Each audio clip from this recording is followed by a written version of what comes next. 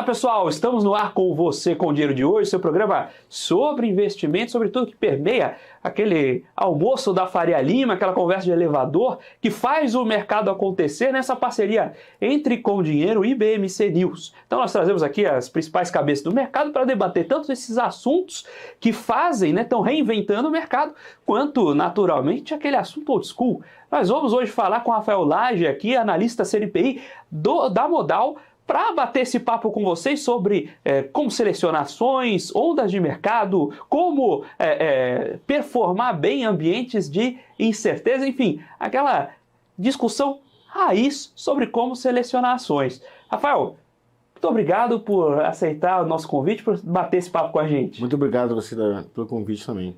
Maravilha, Rafael. Eu queria começar do começo, né? A gente começar dando esse pontapé de como selecionar ações, como beber um pouco do seu expertise na seleção de papéis, montagem de carteiras de ações, com aquela pergunta que atormenta o investidor que está começando ou muitas vezes cria aquele embate, né? Um lado contra o outro, o cabo de guerra, né? Na hora de selecionar ações, você acha que a gente tem que olhar a análise técnica ou fundamentalista? Eu acho que tem que olhar as duas empresas, né? Se você vai fazer um trade mais curto, se você vai fazer um swing trade de pelo menos 2, 3 dias, ou de repente um day trade, né? Você pode olhar um pouco mais a parte técnica. Mas quando você vai fazer um trade mais tempo, né? Acho que é imprescindível você olhar pelo menos o setor da empresa, né?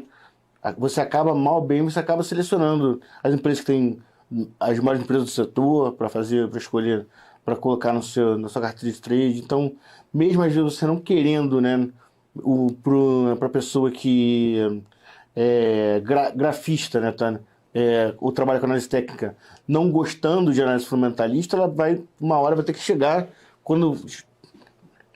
como decidir as empresas que ela vai usar, né? Ela vai acabar olhando um pouco a questão do fundamento da empresa. Então acho que não tem como você desvincular uma coisa da outra totalmente. Muito bem. Quando a gente está falando de análise fundamentalista, passa pela seleção de setor também. Isso. E a gente teve um período, né, inclusive, um dos motivos de a gente trazer aqui o Rafael, justamente vocês tiveram lá na Modal uma carteira recomendada que foi um dos principais destaques nos últimos meses, né, justamente com alguns setores que fogem à regra, são setores esperados para você ter um desempenho, uma outperforming, né? Como você seleciona, né, como você pode selecionar setores para investimento em ambientes de incerteza, como a gente teve ano passado, com eleição, com curva de juros ainda difícil de definir para onde as coisas iam. Qual que é a ideia de montar a carteira num cenário como esses? Eu acho que você tem que escolher setores que sejam defensivos, como o setor de saneamento, setor farmacêutico, né? Por exemplo, os setores de bebidas, né? Que não vai, se uma inflação, né, joga o preço da empresa, do produto que a empresa negocia lá para cima, que não vai fazer muita diferença, que a pessoa não vai deixar de consumir aquele produto, né? É um consumo mais discricionário. Então, a gente procura ir olhando também o cenário, primeiro, quem manda é o cenário macro, né? Fazendo o que a gente chama de uma análise de top-bottom approach, olhando de fora para dentro, né? Então, quando a gente pensa, por exemplo, o cenário que a gente tem agora, né? Existia os setores de fuga, geralmente a gente vai olhar para utilidade pública, vai olhar para, por exemplo, um pouco de logística. Só que esses setores que são muito conservadores do ponto de vista de negócios são, ao mesmo tempo, muito sensíveis do ponto de vista de governo, né? Então, como a gente pode encarar esse tipo de posição, né? Olhar para essas empresas num cenário como o atual? Eu acho que você tem que ficar de olho, né? Um pouco de olho, no trabalho, um pouco de luta em Brasília, né, fazer o dever de casa, para ver se não vai haver nenhuma intervenção no governo que te atrapalhe, né? Tá? Tem um setor que está ganhando eficiência, né, como o setor de saneamento. Do momento que eu vi que não ia haver, né, por enquanto, até agora não teve, né, já estou falando de novo que pode, né, nos próximos meses estão, né, querendo voltar com esse nível de votar leis, né, então tem que ficar sempre de olho, né, tá, acho que o político também já acaba acompanhando um pouquinho, né, se a gente decidir botar um setor desse na carteira, né, ainda mais aqui no Brasil. E como é que isso conversa também? Uma outra ponta de a gente olhar é justamente taxa de juros e inflação, né? Esse setor protege bem a inflação, só que ele também tem um comportamento muito parecido com bond. Ele é aquele setor chamado bond-like, né? Então, você ganha basicamente, quando você pega uma Taesa, você tem um comportamento da ação muito parecido com o de renda fixa, né? Então, esse setor... Como são as ações de previdência também, que acabam se beneficiando, porque elas têm que...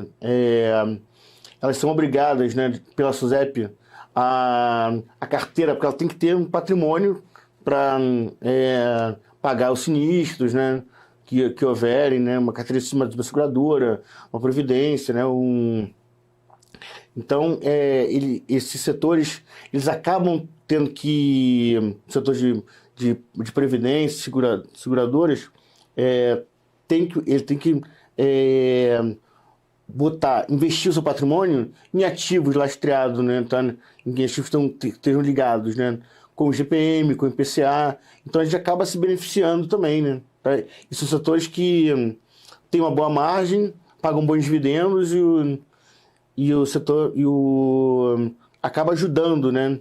Aquele poupador, né? Tá protegendo de certa forma, porque você se protege um pouco da inflação e ao mesmo tempo você ganha lá na frente com dividendos. Acho que é bastante bom esses setores aí. Mas ele não sofre, ele não sofre bastante com a incerteza de juros também? Se justamente você acaba esperando nesse compasso de puxa, eu estou recebendo pelos dividendos. Então, quando eu abro demais a taxa de juros, ele não perde competitividade para a renda fixa, acaba perdendo esse grupo de investidores?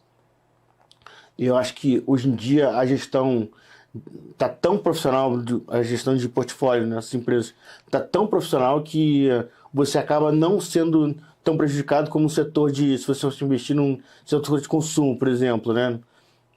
Então você vai... também uma questão de consumo escolha. Varejo, desculpa. É uma questão de escolha em termos de onde você está alocando aquela carteira de renda variável. Assim, inevitavelmente você vai ficar um pedaço nesse setor, então que seja um setor mais estável do que varejo discricionário, por exemplo. Isso com certeza. Você acaba se protegendo, prescindindo, de repente, se você não vai conseguir ter o ganho, né? Se por exemplo, o governo baixar a taxa de juros com a queda da inflação, mas você tem um pouco mais de segurança também. Quando a gente está comentando bastante sobre o cenário de incerteza no passado, e agora a gente tem um cenário de inversão de algumas premissas. Então, redução de taxa de juros, um cenário um pouco mais claro, embora a gente ainda não tenha propriamente abaixado a taxa de juros, o comportamento da curva está estável um pouco mais baixo, né? O que a gente pode pensar de setores aí olhando de aqui para frente, para esse ano? Acho que setores de logística, acho que as empresas, por não saberem o que a gente vai esperar dos próximos 4 anos, elas estão fazendo dever de casa, estão investindo muito na parte de logística e o setor de logística agradece, tanto em termos de transporte, armazenamento, né? Outro setor que também está sendo muito favorecido, tem uma quantidade de recursos bastante abundante para o setor, é o setor de saúde, né? Saúde.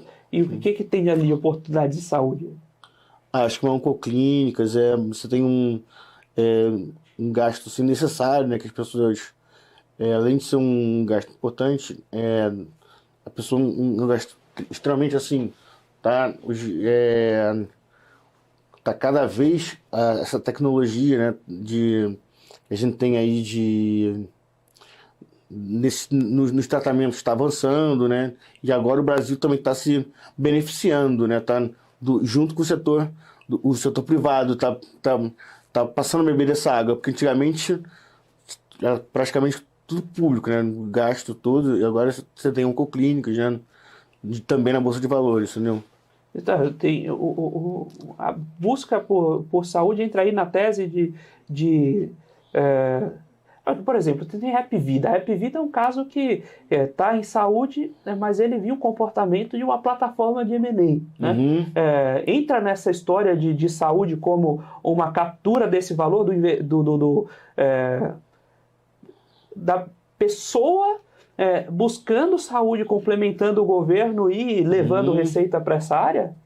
O caso de Rap Vida ou não? Aí a gente está falando só de um caso de plataforma de M&A, então a gente perde um pouco desse apelo de oncoclínicas, por exemplo. Eu não acompanho muito caso de Rap Vida, na verdade, né? Então, acho que eu tô olhando o setor assim como um todo, na verdade. Sim, né? Então, esse setor de Rap Vida também acaba se beneficiando, né? Tá, eles fazendo essas aquisições que eles fazem, né, de outras empresas, crescendo do jeito que o setor tá se beneficiando justamente do fluxo financeiro que está indo para esse setor em abundância. Então, a Rap Vida acaba sendo beneficiado. Em fluxo financeiro, né? A gente teve no comecinho, não no começo, mas já no fim do primeiro semestre, né?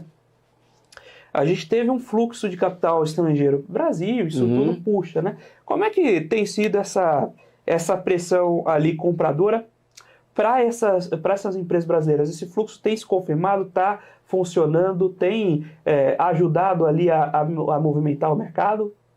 Não, acho que com certeza o fluxo só está aumentando. Desde o final do ano passado, né? Até agora, acho que tirando também a questão de Vale, né, que sofreu um pouco com a queda das commodities, a gente tem várias empresas aí que se beneficiaram desse setor, né? Agora falando em commodities, a gente tem commodity lá, Vale, né? Vale é simbólico de commodity no Brasil, mas a gente tem, por exemplo, dentro de commodities, extração de petróleo. Tem Petrobras, que é outro expoente, e tem ali outras empresas dentro do setor. Como é que está commodities para a Bolsa hoje?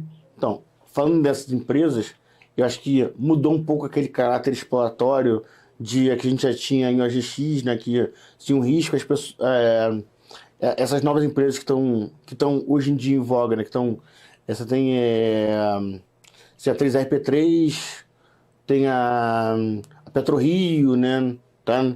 Todas elas já estão trabalhando com a PetroRecôncavo também, estão trabalhando com áreas já exploradas que tiveram sucesso, né, na descoberta do petróleo e estão conseguindo fazer bons negócios, né, inclusive com a Petrobras, né, parcerias com a Petrobras, e esse setor está performando muito bem. Inclusive no começo do ano a gente colocou na carteira, né, 3RP3 e teve um desempenho assim 30% em um mês, nada mal, né? PetroRio agora também está performando muito bem, né?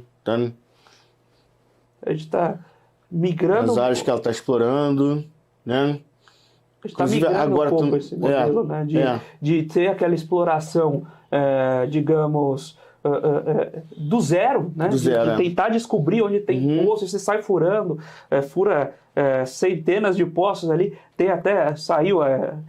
não tem problema falar, que teve um filme lá do Ike Batista na Netflix, né?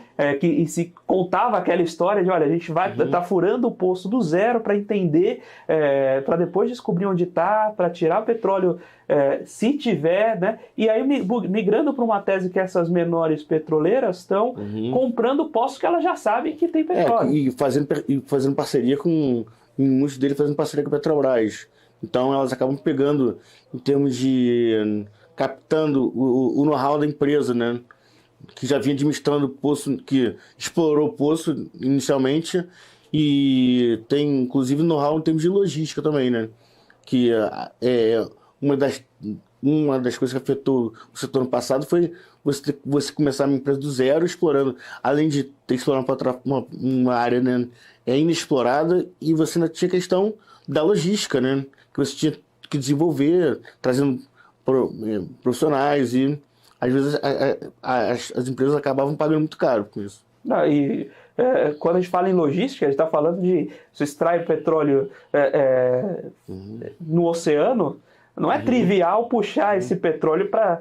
Toda essa cadeia, desde a extração até você iniciar de forma correta a extração, né, fazer tudo isso, né, você acaba, como tudo é muito novo para você, né, acaba ficando muito, esse custo aí acaba ficando muito caro, né, esse custo de você ter que iniciar toda a atividade, né. Cara, nessa provocação, né, dentro de um setor como esse, você tem a Petrobras, um carro-chefe do setor, muito forte, monopolista em muitos dos pedaços, monopolista ou quase, né? E aí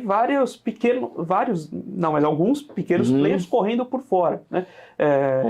Pela sua carteira, eu tenho um cheiro da sua resposta, mas nesse cenário, é melhor se posicionar lá no cavalo que está a léguas de distância, ou faz sentido você olhar para essas pequenas para tentar pegar para tentar alcançar um ganho, um retorno maior? Pequenas que hoje em dia não são tão pequenas, né? Uma PetroRio, né? De repente estão bem grandes aí, mas com certeza acho que isso aí te dá. Você não tem o risco político, você não tem o risco do know-how do aprendizado, né? Tem vários fatores aí que elas acabam se beneficiando. E um setor que atraiu, né, muito capital para a Bolsa foi isso no começo do ano. Mas também não dá para esperar aquele dividendo de 1/3 da ação, né, da Petrobras. Não dá para dizer, com certeza. A Petrobras é uma empresa bem mais madura, né? Falando em dividendo, né, olhando para essas macroestratégias de investimento, quanto você pesa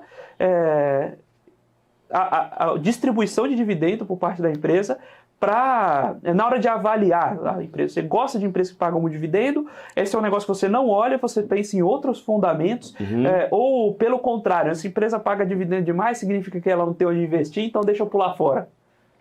Não, você tem que ver também a questão de, muitas vezes, uma empresa que paga muito dividendo, ela é mais madura e mais segura. É o caso de empresas de saneamento, né, a própria utility de forma geral, nas utilidades públicas de forma geral, né, tá?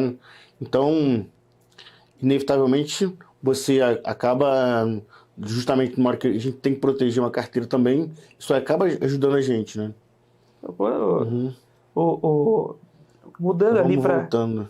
Um pouco da construção, né, de carteira, a gente comentou sobre dividendos, justamente porque quando você pensa a carteira, geralmente você olha alguns fatores. Uma crítica que é costumeira aparecer quando a gente vê, por exemplo, carteiras recomendadas de maneira geral.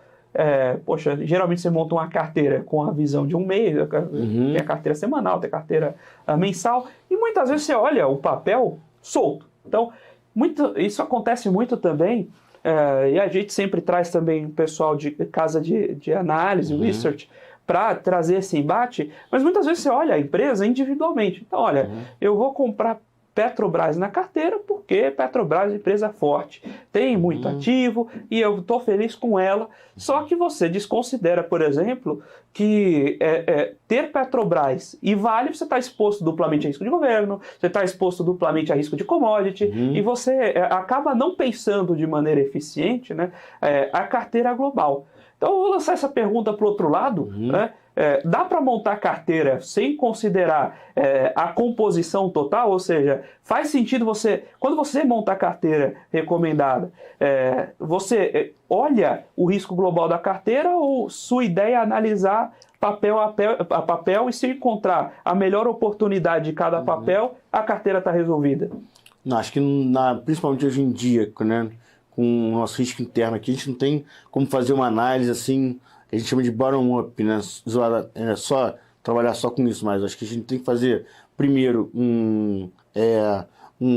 olhando a carteira, como eu falei, olhando o cenário lá fora, né, olhando os gestores estão performando bem, por exemplo, nas bolsas mundiais, no S&P, né? E isso aí ajuda justamente na hora da gente fazer também uma correlação. A gente procura papéis poucos correlacionados. Então, às vezes, uma empresa, né? A gente acha que a empresa está super bem, mas ela estraga, né? Quando eu uso, inclusive, a ferramenta com dinheiro, que é excelente para fazer isso, acabo vendo que eu vou ter um nível de diversidade da carteira vai ficar baixo, os ativos vão ficar muito relacionados.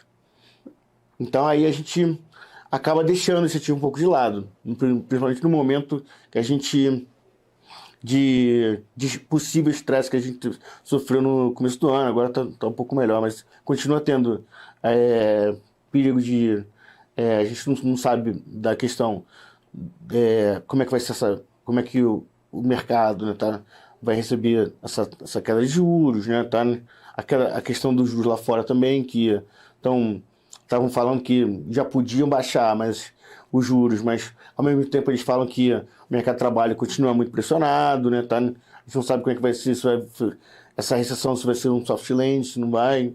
Então, essa correlação hoje em dia, essa questão quantitativa na carteira é fundamental. E quando você falou sobre essa questão quantitativa, né? Isso vai para quando você olha o quanto vai para a renda variável também ou não, né? A gente vê fundos multimercado macro no Brasil muito correlacionados entre si, não só correlacionados com a bolsa, né, que é a correlação entre os próprios papéis, mas muito na hora de como você pensa e aloca os modelos, né? E aí ter essa quebra ajuda até a suavizar aquele solavanco que a gente estava comentando anteriormente, né? De como responder à taxa de juros, como responder ao evento governamental. O histórico, né? Você pegar o beta, pegar a covariância entre os papéis, não resolve tudo, é óbvio que você tem pontos de surpresa, mas ajuda a ver o comportamento histórico, né? Quando caiu a taxa de juros da última vez, como os papéis se comportaram, né?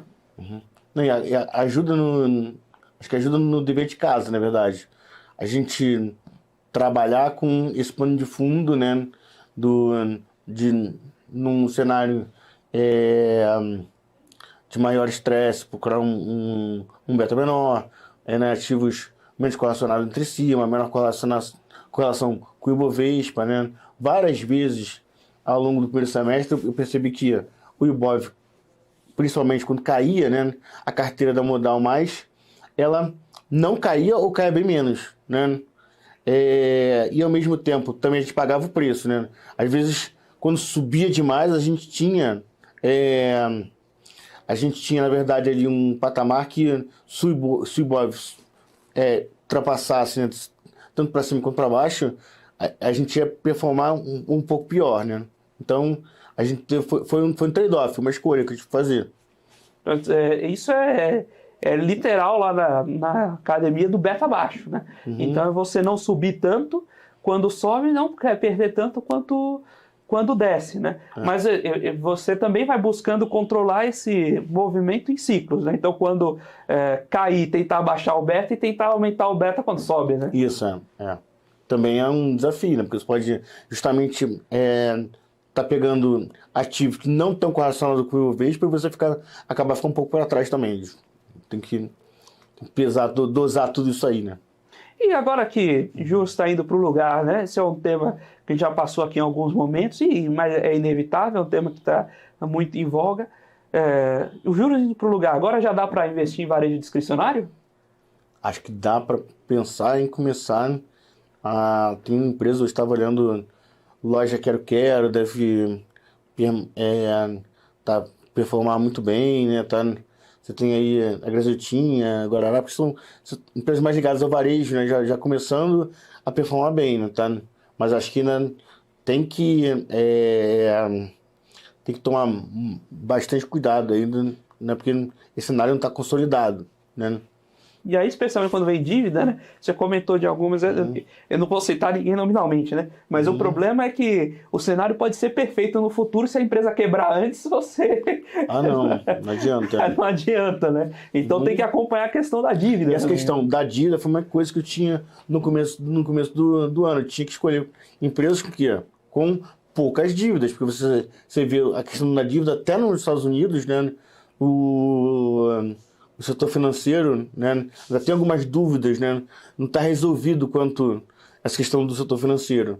Agora, imagina no Brasil, né, inadimplência alta, né, consumo baixo, e a empresa ainda tem dívida. Né, coloquei uma empresa que tem dívida, se ela não conseguir acesso ao mercado de crédito, o impacto na ação vai acabar refletindo na ação também, entendeu? Em verdade, e às vezes a empresa tem acesso ao mercado de crédito, mas quem está na bolsa ainda não sabe disso ainda, tá? Então tem que pesar isso também. Aí, quando com o giro de inadimplência, né, dos bancos, o que aconteceu foi, não é que os juros subiram para a empresa, eventualmente o banco falou que não vai prestar. E aí, quando tem esse hard cut, é difícil para a empresa estar acostumada a tomar com o banco A, B. Eu falei ABC, mas ABC é o nome de um banco, né? Mas é só coincidência, pessoal. Mas você tem o banco A, o banco B, o banco C, o banco D. Você tem a sua carteira, você costuma trabalhar também. Às vezes, quando você sente um arroxo ali daqueles bancos, não é trivial buscar o mercado de novo, fazer uma emissão, etc. Né? Com certeza. E construção civil, como é que está nesse cenário entre a bonança de logística e o freio vindo do crédito? Então, eu acho que acho que estão começando, as famílias estão começando a pegar financiamento para investir em imóvel, né? Retornando. E você tem a questão do Minha Casa Minha Vida, né? Que já está beneficiando aí algumas empresas, né? Essa Live 3 disparou a gente recomendou a Live 3 na fechamento de mercado da Modal Mais, estava 5,47 quando recomendou. 5,50 hoje em dia, a ação, não sei precisar quanto está hoje, mas a ação explodiu, né? A própria RMV também, né? E já tem empresas que estão justamente focando um pouco mais nesse esforço, né? Voltando a focar nesse esforço Minha Casa Minha Vida, né? Então, acho que você, escolhendo bem as empresas, você pode encontrar boas oportunidades também. Mas, a gente tem na Bolsa, né, essas empresas de construção civil de segmentos um pouco mais abastados e esses de segmentos de acesso. Né? Plano e Plano teve um desempenho histórico muito bom recentemente, né? Mas também, infelizmente, não adianta, você não vai conseguir investir olhando para trás. Né? Mas aí, olhando para frente, esses segmentos de acesso tendem a surfar melhor esse próximo ciclo? Eu acho que havendo uma abertura, tudo parece que sim, para segmentos Minha Casa Minha Vida, eu acho que eles vão ser amplamente beneficiados. Né? Acho que a gente não pode deixar de estar olhando para esses setores. Ao mesmo para tempo, essas empresas, desculpa.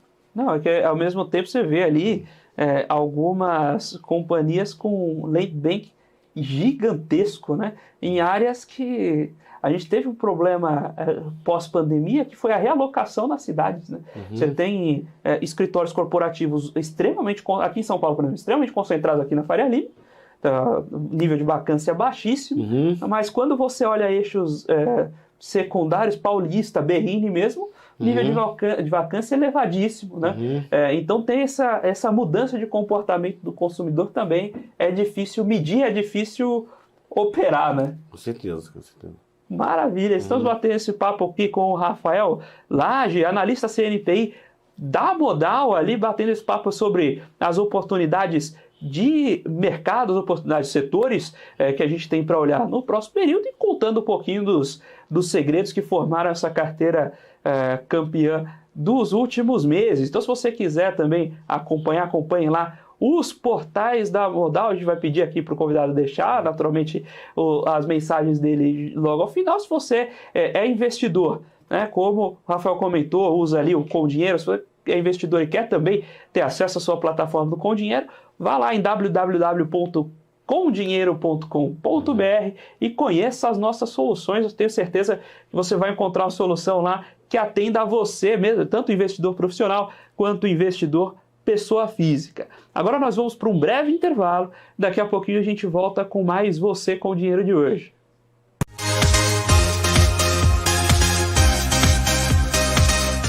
O que impacta a economia e o mercado global. Aqui no BMC News você acompanha em tempo real a abertura do mercado e todas as movimentações do mundo dos investimentos. Notícias acompanhadas de opiniões de grandes especialistas para ajudar você na melhor tomada de decisão na hora de investir. Eu, Paula Moraes, estarei com você de segunda a sexta, às 9h30 da manhã, no BMC News. BMC News. Informação que gera valor.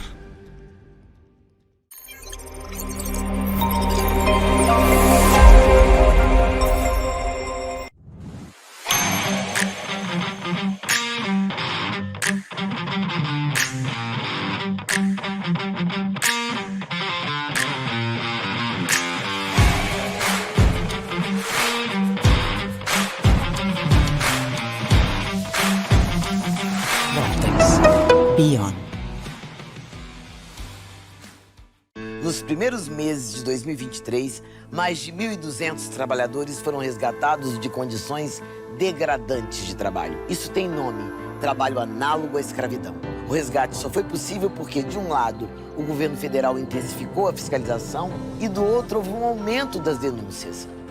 Vamos juntos lutar por um trabalho digno e decente. Denuncie sempre que suspeitar. Disque 100. Brasil, União e Reconstrução. Governo Federal. Quem só vê o BTG como um banco de investimentos, não vê todos os benefícios que ele pode oferecer. Aqui você tem a liberdade de ligar a qualquer hora. E tem a confiança de contar com o time BTG. É você no controle da sua vida financeira de um jeito simples e compatível com a sua rotina. O BTG reconhece quem é você e está pronto para potencializar a sua trajetória. O movimento nacional pela vacinação continua. Agora é hora de vacinar contra a gripe. Informe-se e procure uma unidade básica de saúde e atualize a caderneta de vacinação. Ministério da Saúde, Brasil, União e Reconstrução, Governo Federal. As empresas que fazem parte do seu dia a dia estão em uma das maiores bolsas do mundo, a Nasdaq. E a boa notícia é que você pode investir nessas empresas diretamente pela Avenue, sua corretora nos Estados Unidos. Com os dados das ações dos Estados Unidos fornecidos pela Nasdaq em tempo real, o cliente Avenue pode acessar diretamente as maiores bolsas do mercado americano. Entre neste mercado de tecnologia e inovação. Acesse avenue.com.br/Nasdaq e seja bem-vindo ao mercado global.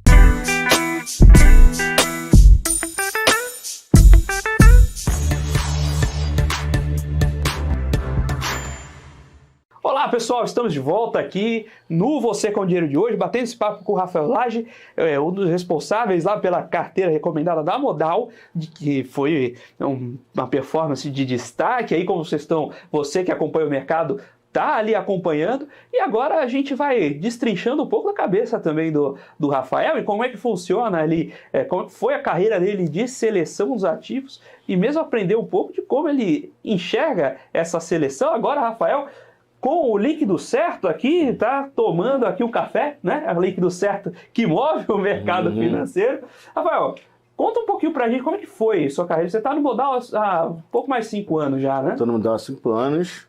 Anteriormente eu estava trabalhando numa consultoria de análise gráfica, fiquei um pouco lá, que era do Destaque, a consultoria voltada mais para a análise gráfica. Cheguei a trabalhar também com um banco em Angola, fazendo Project Finance. Isso me deu uma escola para mim, porque tinha que analisar tudo, né? Qualquer coisa que aparecesse, montar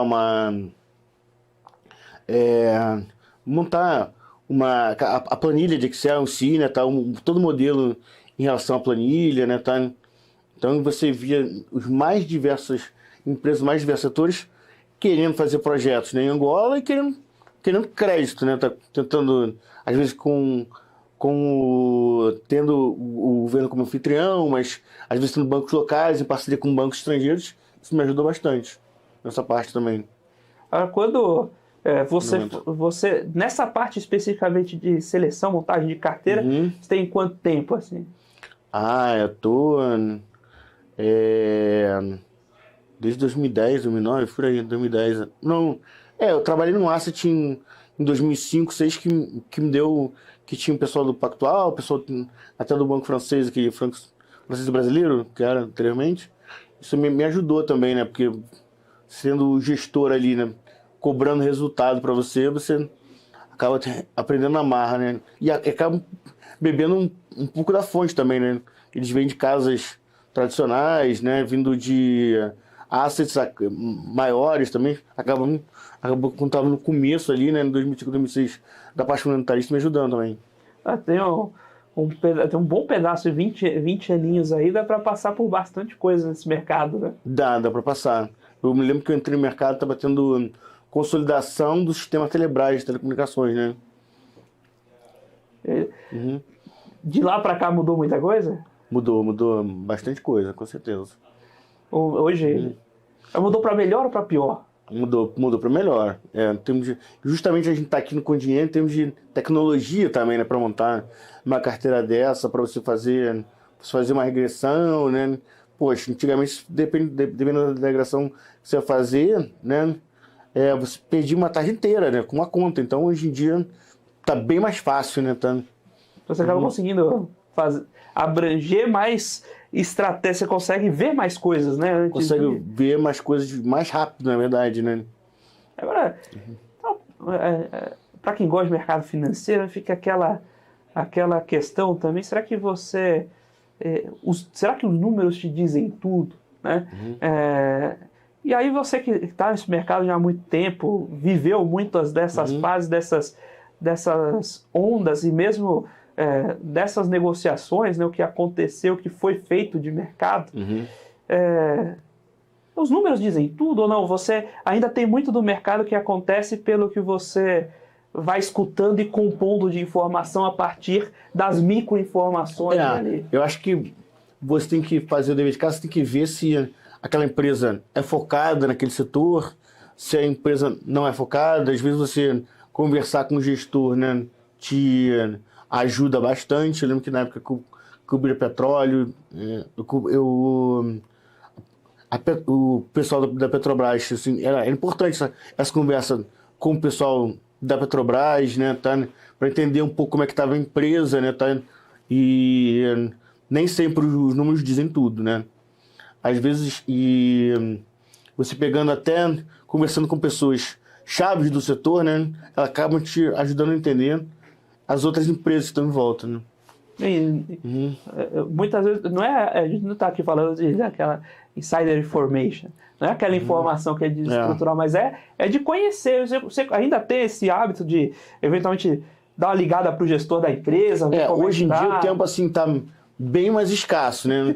Mas eu, assim, o que eu tinha passado até de como eu tinha um bom relacionamento com o pessoal da Embraer, acabei conhecendo melhor a empresa e usei, né, esse conhecimento no começo do ano, como a gente já vinha olhando a Embraer desde dezembro, e no ano de, acho que foi no mês de maio, junho, a gente conseguiu pegar um bom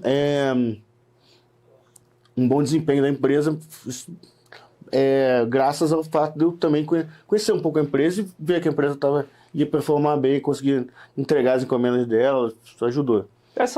Essa gestão, né, que a pessoa que está na frente da empresa, influencia muito no resultado? Eu acho que influencia bastante, assim. Se você não tem um conselho de administração... Hoje em dia as empresas estão muito mais profissionais, né? Você não tem empresas familiares, né? Mas ainda tem alguma influência. Você percebe alguma diferença em termos de gestão, às vezes de um gestor para outro, né? Quando troca a presidência. Mas antigamente era muito maior. As empresas eram muito mais familiares, né? E com o tempo as próprias famílias foram se vendo que não dava para ter aquela administração familiar e foram abrindo capital nas empresas e elas até se beneficiam, né? Então o o conselho de administração ajuda, né? Que não tem essa gestão pontual, né? Acaba afetando a empresa como todo. A profissionalização vai amortizando um pouco desse efeito de ter a cabeça brilhante ali por trás. Né? Isso aí, com certeza. Ajuda bastante. Agora, quando você tem essa proximidade, dá para sentir que o mercado pode influenciar positivamente, muito negativamente, né? Mas espera-se que positivamente na companhia, no sentido de que os gestores escutam o mercado. Então, quando você vai conversar com o gestor, fala, olha, a gente está esperando esse caminho, eles escutam e aí eles vão tomando decisões mais ponderadas ali, ou geralmente quando você tem essas conversas com a gestão da empresa, ela vai numa linha mais resistente de não, pô, esse cara aqui, forasteiro, né? Esse cara de fora que tá vindo dizer que olha isso ou aquilo na empresa e não entende de nada. Eu acho que de repente quando você tem o gestor conversando com o mercado, olhando para grandes bancos, tem a questão do crédito envolvida, né? Eu acho que com certeza ele acaba escutando, né? O mercado em si, né? Tá? Mas quando você... o que eu vejo muito é o gestor, o pessoal de relações com investidores, trazer coisas para você quando ele tem alguma coisa... Acho que é o contrário, né? Ele quer trazer o bom falar novidades, falar da boa performance dele, né? Tá? Então, eu acho que... eu acho que o que é importante para a gente é essa questão da transparência também, né? Dele, eu acho que é um pouco mais de lá para cá do que a gente para lá, entendeu? Acho que e essa questão da transparência aumentou também, né? Tá? E o mercado acaba se beneficiando disso, né? Da comunicação, né? Você comentou essa questão de transparência, né? A empresa sabe que o gestor, que o investidor está olhando transparência, então ele vai empurrar essa transparência. Quando ele tiver um passo, ele vai querer levar ao mercado e falar que tem aquilo. Quando você está nessa conversa propriamente com as empresas investidas, tem algum fator que na hora de selecionar a ação, você olha assim e fala, não, eu não recomendo isso aqui porque toda vez que aparece a questão XYZ da zebra, aquelas coisas que no mercado tem aqueles macro indicadores, mas geralmente nem tá aí, né, a bola preta, mas você vai na empresa, a empresa tem o presidente do conselho é o CEO, aí então o presidente do conselho também é controlador, então você não tem como controlar, como regular, ou eventualmente setor, né, não invisto em empresa com participação pública. Tem alguma bolinha preta que você coloca na empresa e não investe em empresa com aquela característica? Acho que eu olho muito as margens, né? Tá? Porque essa margem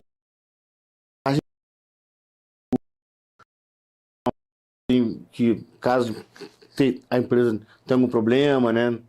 Encontre alguma dificuldade financeira, se a empresa tem uma margem boa, como ela tem com aquela margem, pelo menos ela vai pagar os empregados dela, né? Ela vai conseguir atuar ali durante algum tempo, né? Se você pega uma empresa que ela mantém uma estabilidade, uma margem alta, né? Uma empresa focada, né? Tá certo? O que acontece? Ela consegue, ela vai passar por intempéries, né? Principalmente no Brasil, né? Então, se ela tem essa margem alta, você vê isso como uma coisa positiva. Agora, se você vê a empresa é uma empresa que está mudando o foco e está reduzindo, eu acho que ela vai reduzir, né? Tá?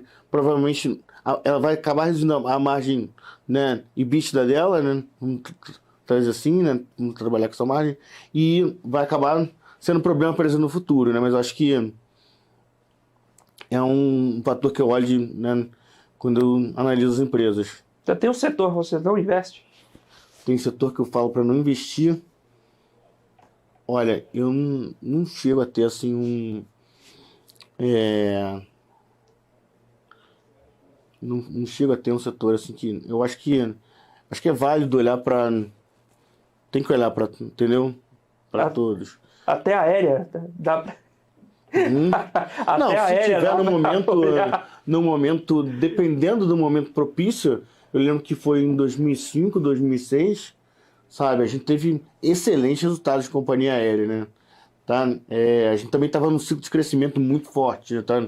Certo? Mas acho que realmente no momento, como a gente está, um momento de desaceleração, elas vão ser afetadas, né? Você tem o quê? Você tem um problema do risco do combustível de aviação, que é o maior custo, ela tem. Você tem o consumo, né? Porque não é um consumo. As pessoas não têm que viajar de avião, né? A primeira coisa é ser cortada, né? Então são duas coisas que a empresa tem aí, sabe? Aí ela fica. Se o custo dela subir muito, né? Tá, são coisas que geralmente realmente acabam impactando um pouco na empresa. Como o setor também de viagens. Então, se você até for pegar perguntar para mim, né? De repente esse consumo, né? Que não é um consumo, como você falou, varejo discricionário, né? Em determinado momento eu fico um pouco mais restrito, né? Tá?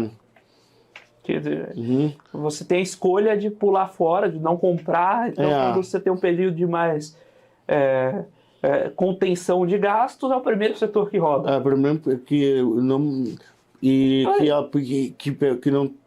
não performa bem, né? Tá? Por isso que ela tem que ser muito bem administrado para conseguir passar por isso aí, né? Aí fica mais difícil. E nessa linha, você pega varejo de alimento, a margem é baixa, mas é um bem que você não pode deixar de consumir. Como entra na análise? É uma empresa, é um setor que dá para olhar com carinho, ou é um setor que só vai entrar em oportunidades muito concentradas da indústria? Você fala Pão de Açúcar? Pão de Açúcar, aí Carrefour, né, que Atacadão, tem Açaí, esse grupo, porque a margem, em geral, você olha, a gente está falando de margens líquidas que em velocidade de cruzeiro, tudo bom, 3%, 4% estourando, 2% é o mais comum. É uma margem muito pequena, mas ao mesmo tempo é uma margem muito pequena, depende muito de giro, ao mesmo tempo que você não pode deixar de comer. Você tem que olhar para o Brasil. Se o Brasil está bem, geralmente as empresas estão com o preço lá em cima.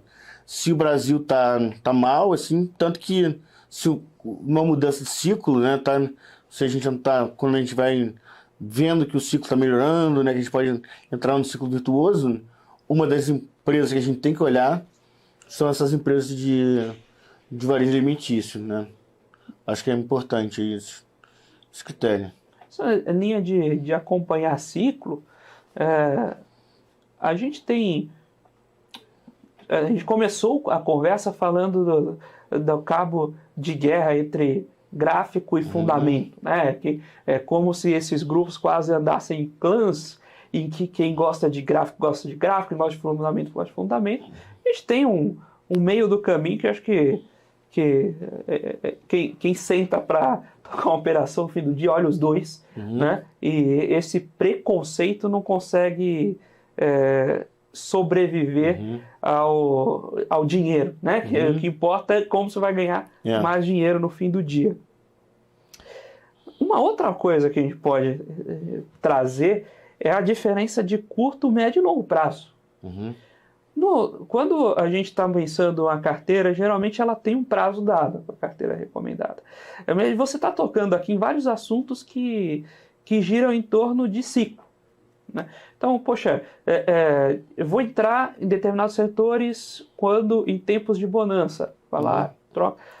O que é interessante é que na volatilidade que a gente tem atualmente, né, eu até prefiro não manter as carteiras. No momento que eu vi que o cliente comprou determinado ativo da carteira naquele mês e aquele ativo performou bem, né, eu tenho preferido até muitas vezes trocar a empresa. E quando você troca a empresa, você vai ter que mexer na questão da diversificação. E você acaba trocando mais de uma, duas empresas, às vezes 3, né, empresas. No começo do ano eu estava trocando todas as ações, agora eu tenho trocado, um mês eu troquei 3, geralmente tenho trocado 3, no mínimo 2 empresas aí, né, tá? Feita essa rotação para o cliente, né, tá, da Modal, o cliente de modo geral que está olhando para a carteira, embolsar esse resultado, né, tá?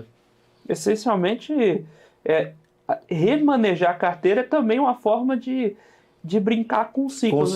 Com certeza. É quase é quase o uso de ações para fazer uma estratégia macro, né? Eu estava conversando com o pessoal sobre alocações de fundos de ações, né? E essa cabeça bem macro, né? O pessoal da Comato. E é muito legal ver isso, né? Que a gente esquece que as empresas são um pedaço da economia, então você pode... cada empresa compõe seu fator de risco econômico ali, você pode realocar e aproveitar isso. Você pode sofrer com isso na sua carteira. Lógico. Também pode aproveitar para ganhar com isso e realocar dentro da sua própria carteira de ações, né? E, de novo, né? Você nunca vai acertar, né, totalmente, né? Tá? Até a gente comete alguns deslizes, né? Tá? E que protege justamente essa questão de a gente procurar, buscar setores não correlacionados e tudo, né? Tá? A gente consegue, às vezes, consertar um erro ou outro que a gente teve nessa escolha. Tá? Justamente para tentar ver que escolha vai se beneficiar de determinado momento da economia, não é trivial, né? Muito bem. Agora, a gente aproveitar aqui sua presença para conversar sobre um pedaço do mercado que mexeu bem o mercado recentemente. Hoje, a Modal faz parte do Grupo XP, não é isso? Isso. Essa mudança aconteceu faz quanto tempo, mais ou menos? Gente, caramba, você vai me pegar assim que eu fico fazendo análise, essas questões corporativas, às vezes, tipo assim, essas datas, questão corporativa, né? Mas é que isso mudou um pouco. Quando hoje o perfil do cliente de vocês muda um pouco também, eu digo, vocês têm esse investidor de análise, você comentou que mudou um pouco o formato da análise lá da casa. Você tem um investidor diferente também? Você consegue ter essa proximidade lá? A gente tem um investidor, né? Que ele é um investidor de alta renda, né? Tá aqui a Modal, né? Antes de ter a Modal Mais, né? De ter a corretora lá que se destacou bastante, né? Até uma das pioneiras na corretagem zero, né? Com o Rodrigo Puga, foi a primeira que ajudou na instituição disso. Então, mas hoje a gente tem esses segmentos aí bastante definidos, né? Tem o segmento de alta renda, né? Que ainda é aquele que dá aquela atenção para o cliente desde a época que era só um banco de investimentos, né? Atendendo families, né? E a gente hoje tem um setor trader, né? E está desenvolvendo essa questão das ações da carteira recomendada, porque não é só trade, né? Não é só day trade, né? Certo? Mesmo day trader tem que entender que ele tem que haver sustentabilidade, na verdade, né? Passa a investir em ações, passa a investir nos fundos, né? Que hoje em dia você tem uma gama de fundos aí que você pode diversificar com baixo recurso, né? Com R$30 você consegue investir num fundo hoje em dia, coisa que era impossível pensar, né? Então, o Modal, né, tinha essa tradição de banco de investimento old school, né, de atender family office, atender os clientes de mais alta renda. Hoje você consegue... Como é que funciona o canal de comunicação com o investidor? Aí você pode aproveitar, a gente já abre ali já faz o tradicional merchandising ali. Pode falar quais são os canais de você, como dá para acompanhar ali seus conteúdos? Os meus conteúdos você pode estar vendo diariamente, né? Na sala viva da Modal Mais, que eu também tenho uma parte trader, que eu dou recomendações focado lá em mini índice, mini dólar, né? E falo também de ações, mas com bastante foco na questão do trade. Na sala ao vivo a gente fala da carteira recomendada, e você tem você sendo cliente da Modal, né? Você tem toda uma equipe de suporte, né? O cliente hoje em dia, que tá além do telefone, né? Você tem WhatsApp, tem Telegram, né? Certo? E que você tem uma equipe de suporte grande, dando dando suporte para os clientes. E hoje eles têm até um ambiente lá de uma fábrica de traders para dar a questão educacional, para a gente sair um pouco, né, tá, do YouTube em si, para não ficar muito preso no YouTube, né, e tem uma plataforma de educação, né, voltada, daqui a pouco vai ter curso também nessa questão do investimento de ações, né, tá, tem uma plataforma bastante voltada para todo o educacional do investidor que quer investir, né. Essa parte da corretagem zero ainda existe ou hoje fica focado só para o investidor de mais alta renda mesmo? Não, hoje em dia a corretagem já está, principalmente para quem já tem a gente chama de RLP, né? Escolhe, né, a RLP, que é para garantir a liquidez, né, nas suas entradas. O cliente já tem corretagem zero e vários outros produtos da casa, não vou saber listar aqui, mas tem vários outros segmentos que você também já tem corretagem zero aí, né? Ações, né? Ações eu não sei se... Acho que dependendo de um segmento ainda tem um básico, ainda tem alguma cobrança de corretagem, né? Mas hoje em dia com a instituição da LPI, né, tá? Com um programa de bonificações que você tem de bônus, né? Dentro da corretora, você consegue isenção de várias taxas, entendeu? Relacionamento de uso, né, da corretora. E hoje estão com vocês mais esses investidores de trade, né? Que mais giram ou geralmente, na carteira geralmente vocês acompanham, tem investidor um pouco mais longo prazo? Não, com certeza tem muitos investidores de longo prazo, eu não sei te precisar, né? Sim. Tá, esse segmento trader tá bastante forte lá, né? Tá, inclusive com a fábrica de traders, né? Que acho que você tem que... Não dá para não deixar de assinar, tá? Porque você tem uma quantidade tem mais 120 horas de curso, né? Tá?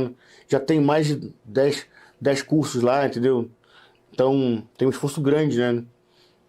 Para que você tenha ali vários professores atuando, né? Maravilha. Pessoal, batemos esse papo aqui com o Rafael Lage, analista CNPI, pela Modal, sobre como selecionar uma boa carteira de ações, o que olhar, como se programar, né? Não pensar individualmente só nos papéis, né? Fazer a lição de casa, entender como os ativos, né, se relacionam e aproveitar, inclusive, a exposição a fatores de risco das ações para compor, mesmo dentro da carteira de ações, um ajuste eficiente, né, dessas ondas, o que é muito importante, o que tem aqui usado o Rafael justamente para surfar bem as ondas lá na carteira recomendada da Modal. E se você tiver... usando a plataforma de vocês, que é excelente, com dinheiro. Muito obrigado. E usando a plataforma da Com Dinheiro, inclusive, se você é investidor e ainda não conhece nossas soluções, visite lá www.comdinheiro.com.br. Agente autônomo também. Agentes autônomos, Wealth, gestoras, corretoras. Conheça lá e tenho certeza que você vai achar uma solução para você. Rafael, muito obrigado pela participação. Foi um prazer recebê-lo aqui conosco. Eu que agradeço. O prazer foi meu.